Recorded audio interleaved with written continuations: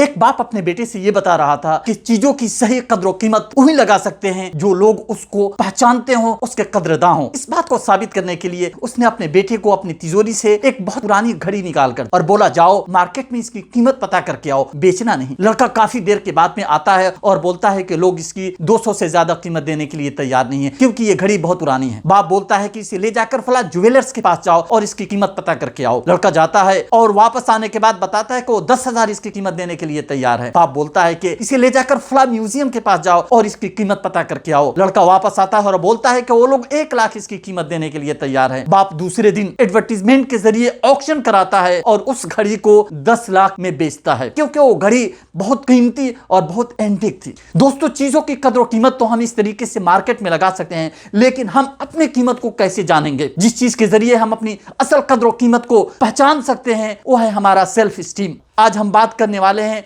इसी के बारे में कि सेल्फ स्टीम क्या है और सेल्फ स्टीम कितने तरह के होते हैं और हम किस तरीके से अपने सेल्फ स्टीम को हाई कर सकते हैं। दोस्तों, सेल्फ स्टीम हमारा अपने बारे में जो हमारा नजरिया है कि हम कितने वैल्यूएबल हैं, कितने वर्दी हैं, हमारी कद्र कीमत क्या है। अगर हम सही तरीके से अपने कद्र कीमत को नहीं जानेंगे, सही तरीके से अपने वैल्यू को नहीं जानेंगे और हमारा सेल्फ स्टीम लो रहेगा तो फिर कोई भी शख्स हमारी सही कद्र कीमत नहीं लगा सकता है। इसीलिए तो लोग जिंदगी में अपने आप को सस्ते में बेच देते हैं, अपनी वैल्यू नहीं लगाते और अपने आप को छोटी छोटी चीजों में मशगूल करके अपने बड़े गोल को, अपने बड़े मकसद को भूल जाते हैं। अगर सेल्फ स्टीम को देखा जाए तो 3 तरह के लोग होते हैं। एक वो लोग जो लो सेल्फ स्टीम के होते हैं, जिनका सेल्फ स्टीम काफी लो होता है, वो अपनी वैल्यू ही नहीं जानते हैं, अपनी कद्र कीमत ही नहीं समझते हैं और ये सेल्फ स्टीम की कमी की वजह से वो तरह तरह की ऐसी चीजों में फंस जाते हैं जो कभी भी उनके लिए, उनके शान के लिए,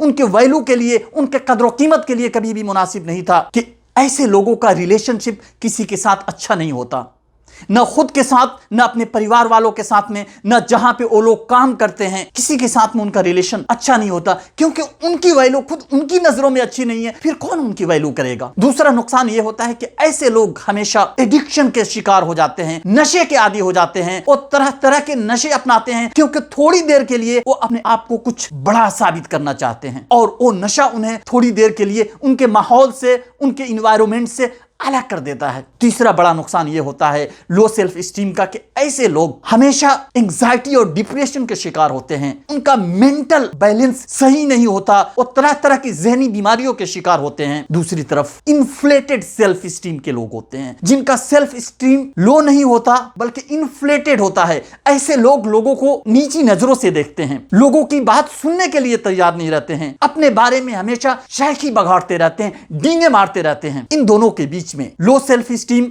और इन्फ्लेटेड सेल्फ स्टीम के बीच एक है high self esteem. High self esteem के लोग वो लोग होते हैं जो अपनी सही कद्र कीमत को जानते हैं, जो चैलेंजेस को एक्सेप्ट करते हैं, जिनको अपने बारे में यह पता होता है कि हमारी असल वैल्यू क्या है। लोगों के साथ उनके रिलेशनशिप अच्छे होते हैं, वो चैलेंजेस को एक्सेप्ट करके और हालात के हिसाब से काम करते हैं। ऐसे लोग ही सही कामयाब होते हैं। अगर किसी का सेल्फ स्टीम लो है तो किस तरीके से हाई कर सकता है? सबसे पहले उसे अपने बारे में सोचना होगा कि उसकी असल वैल्यू क्या है, क्योंकि चीजों की सही कद्र कीमत उसके मैन्युफैक्चरर और वहां से समझा जाता है जिसका ट्रेडमार्क उस पर लगा होता है। एप्पल कंपनी की कोई भी चीज अगर किसी के सामने रखें तो नाम और ब्रांड देखकर पता लग जाता है कि हाँ, उसकी कद्र कीमत क्या होनी चाहिए। आप किसके बनाए हुए हैं? आप अपने बारे में सबसे पहले यह सोचिए कि आप ऊपर वाले के बनाए हुए हैं, जिसकी बनाई हुई हर चीज शाहकार और मास्टरपीस है। आपके पास जो कीमती चीजें हैं, हार्ट, किडनी, ये कम कीमती नहीं है। इसकी कीमत उन लोगों से पूछिए जो किसी भी तरीके से इन चीजों से महरूम हैं या इनको किसी तरह की बीमारी लाहिक है। आप इतने यूनिक हैं कि आपकी तरह दुनिया में, आपकी शक्ल का दुनिया में जल्दी कोई आदमी नहीं मिलेगा। आपके अंगूठे का निशान जो है वो किसी से मिलता जुलता नहीं है। आपकी वैल्यू बिल्कुल ही अलग है। दूसरी चीज, आप ऐसे लोगों के साथ में रिलेशनशिप बनाना शुरू कर दीजिए जो आपके बारे में अच्छा सोचते हैं और उन लोगों के साथ में एक स्ट्रॉन्ग बाउंड्रीज बनाइए जो आपको कभी अच्छा नहीं समझते हैं, क्योंकि जो लोग आपको और आपकी वैल्यू को नहीं समझते हैं वो लोग इस लायक नहीं है कि आप उन लोगों के साथ किसी तरीके से एसोसिएट करें। अपने आप को नो कहना शुरू कर दीजिए ऐसे लोगों की सोहबत और संगत को। तीसरी चीज, आप इस बात को पहचानिए कि आप किस चीज में अच्छे हैं और छोटे छोटे चैलेंजेस एक्सेप्ट करना शुरू कर दीजिए। जो चीजें आप नहीं करते थे थोड़ी थोड़ी उसमें इंप्रूवमेंट लाना शुरू कर दीजिए। अगर आप 1% भी हर दिन इंप्रूव करते हैं अपने आप को तो 1 साल बाद आप 37 गुना 37 टाइम्स बेटर होंगे। सेल्फ स्टीम आप अगर इन चारों तरीकों को अपनाएं तो बहुत आसान है। दोस्तों अगर आपको ये वीडियो अच्छा लगा तो आप इसे लाइक कीजिए। अगर आप नए हैं